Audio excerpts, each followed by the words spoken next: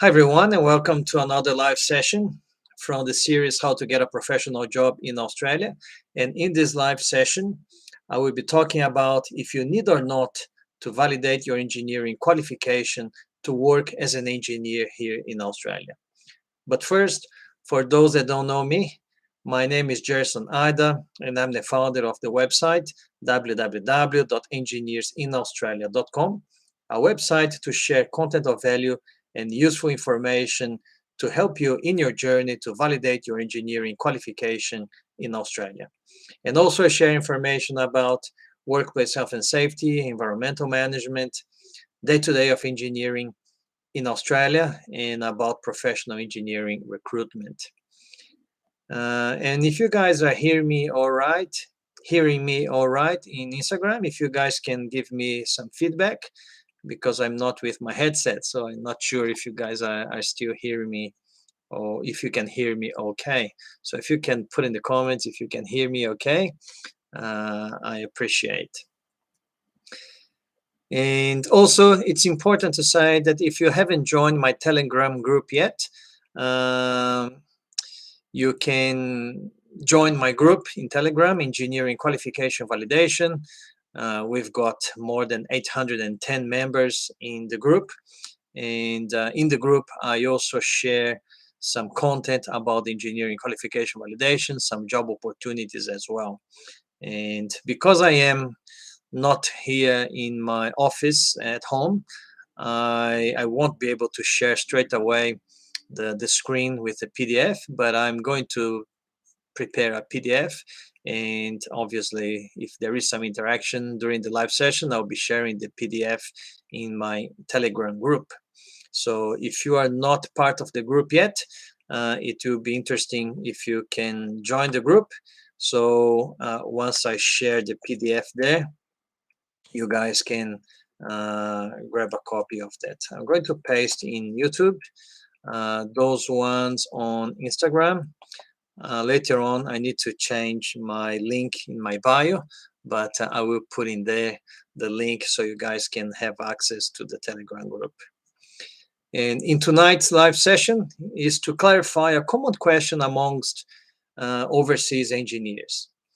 So the big question, do I need to validate my engineering qualification to work as an engineer here in Australia? And I would like to ask you guys, are you already validated your engineering qualification already here in Australia? So if you can put in the comments, please, yes or no.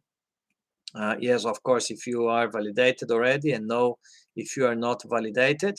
So I know the audience, and then during the live session, I can kind of relate a few things to you. So let's get down to the business now. And I'm really happy to be here to share my experience in the professional job journey. Having done, obviously, myself, I've been working as an engineer here in Australia since 2000 and probably 5. Um, so will be good to know if you are validated already. And also, obviously, I want to share my experience since I started to work as an engineer here in Australia. I got already many promotions, I got many jobs. So I would like to share this experience with you guys. So the first topic that I put in my description was, is the engineering is the engineering profession regulated? In Australia, unfortunately, the profession of engineer is not nationwide regulated. It is up to each state and territory to regulate the profession. So some of you may be thinking, well, Australia is a developed country. How come the profession of engineer is not regulated yet? Yes, unfortunately, Australian-wide, it's not regulated.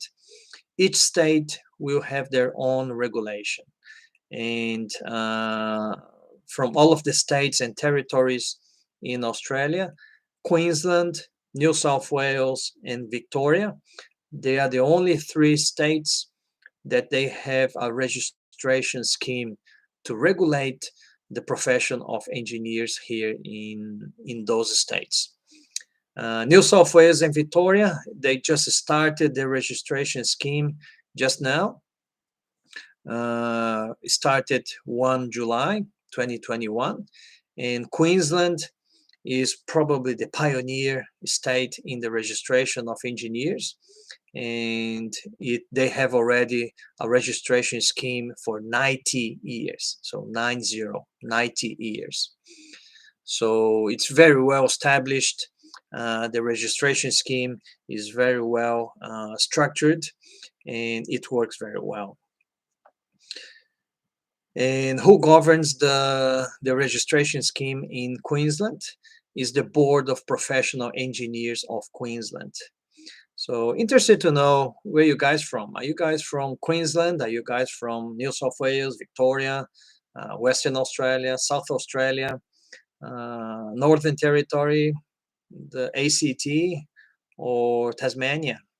I think I didn't forget any of the states and territories.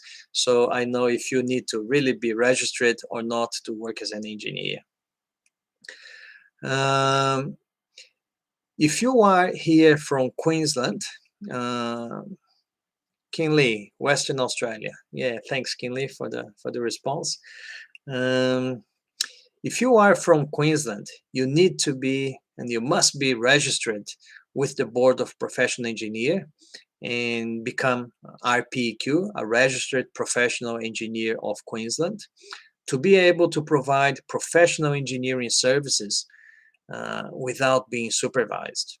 So if you are working in Queensland providing professional engineering services autonomously, you must be RPEQ. There are just two exemptions that you don't need to be RPEQ, a Registered Professional Engineer of Queensland. It's when you are directly supervised by a Registered Professional Engineer of Queensland, or when you are following a prescriptive standard. In those two cases, then you don't need to be a Registered Professional Engineer of Queensland.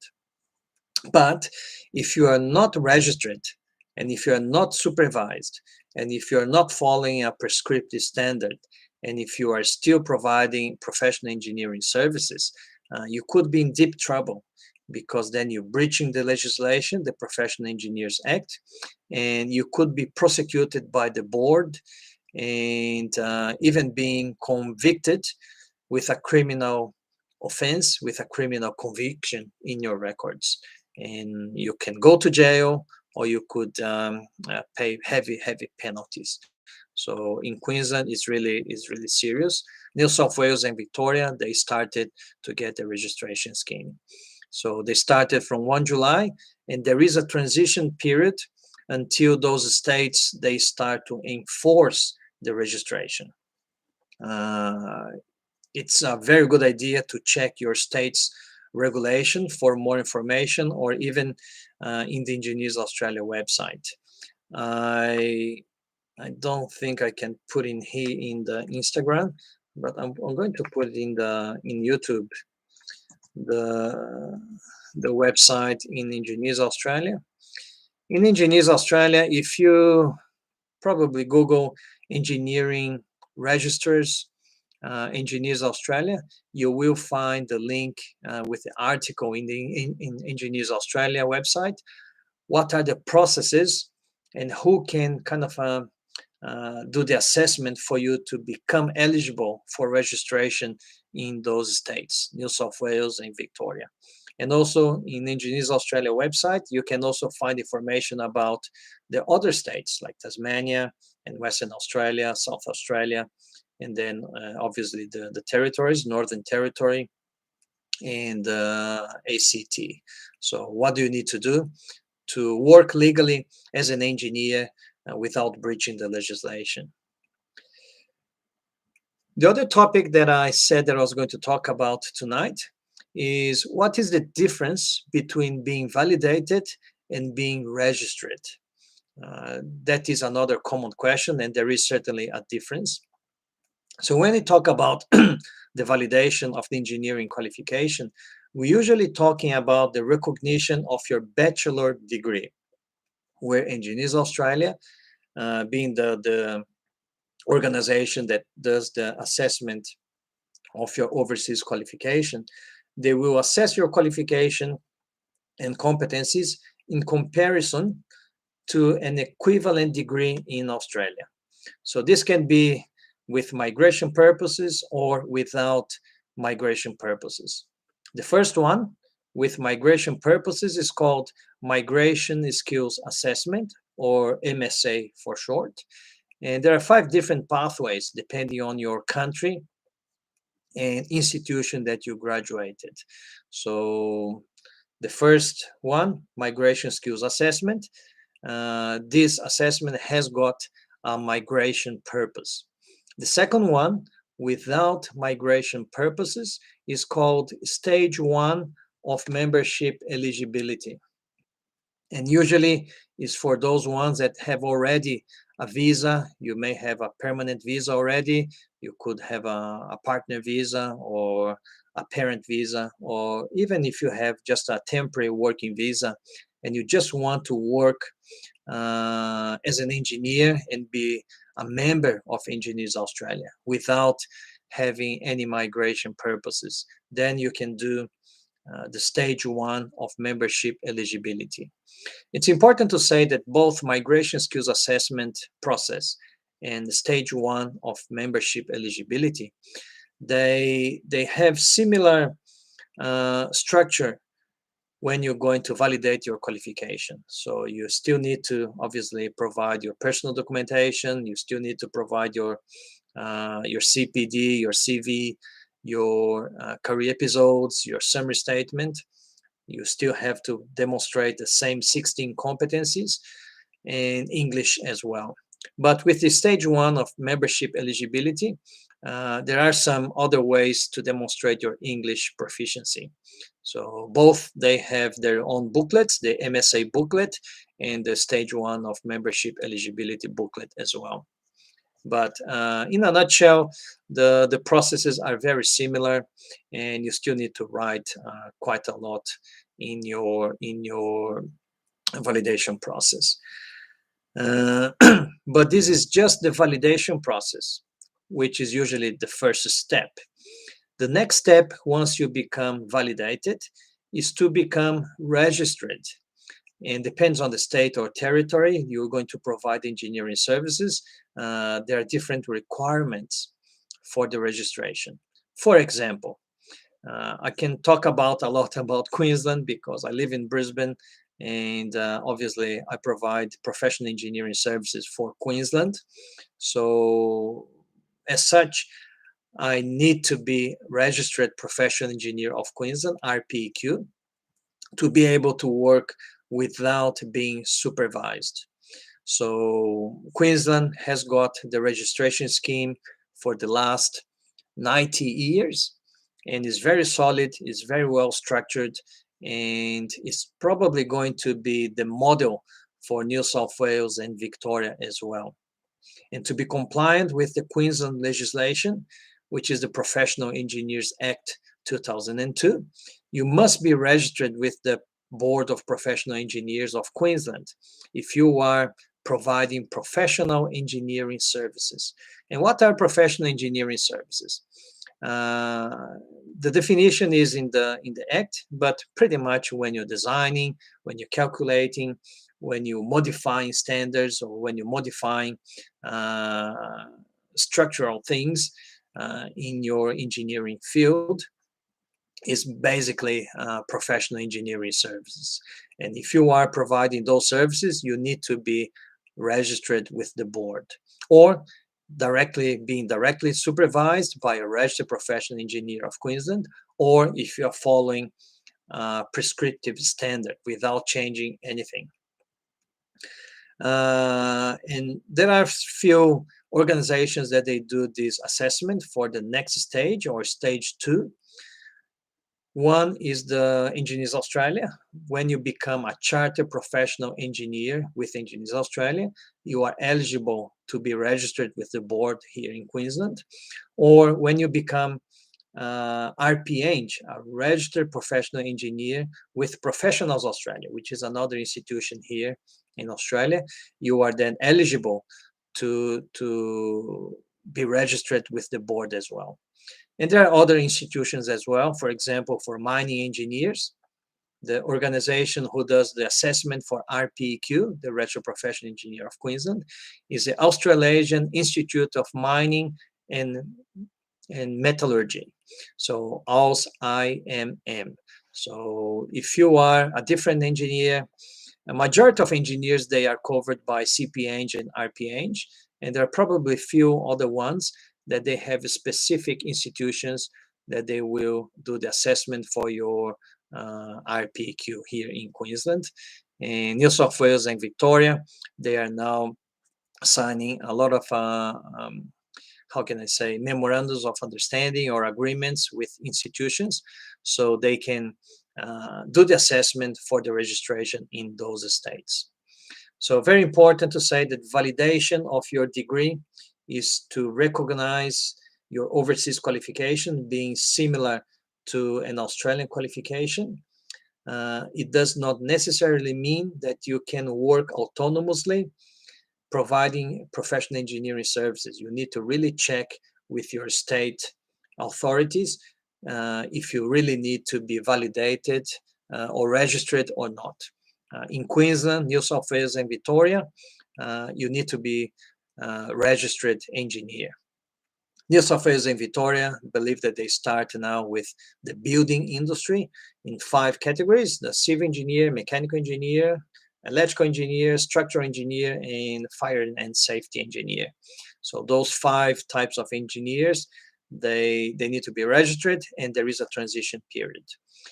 Other engineers in other industries like infrastructure and mining, etc., it's going to be probably a little bit, still a little bit of time. So once they establish in the building industry, they probably going to extend the registration to other industries as well. And the other topic that I mentioned that I was going to talk tonight, and if you have any question about being validated or not, please put in the comments.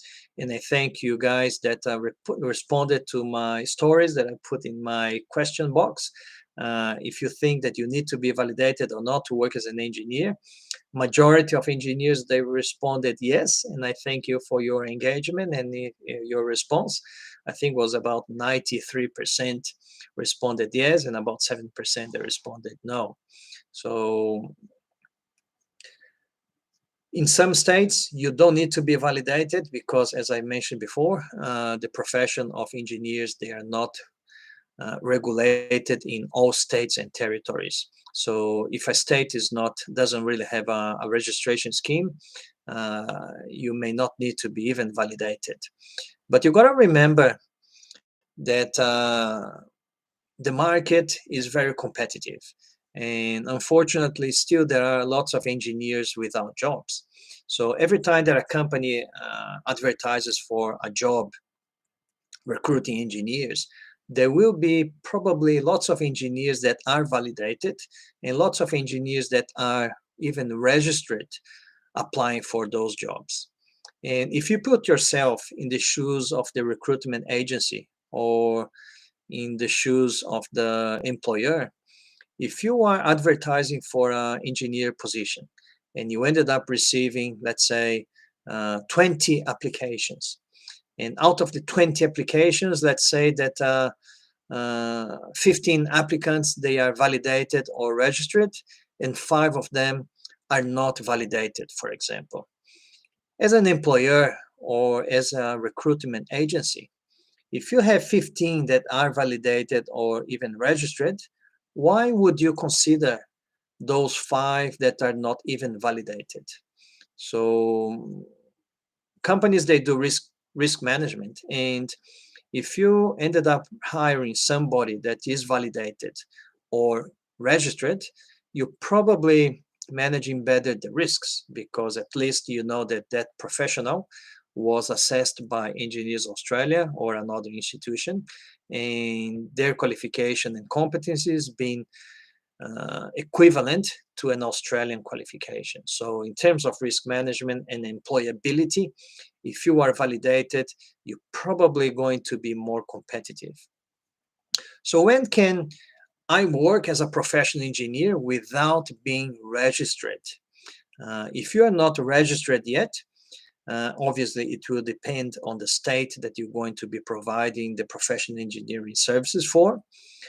If the state doesn't really have a registration scheme, you may be able to work just with your validation or not even with your validation if the state doesn't require validation or registration.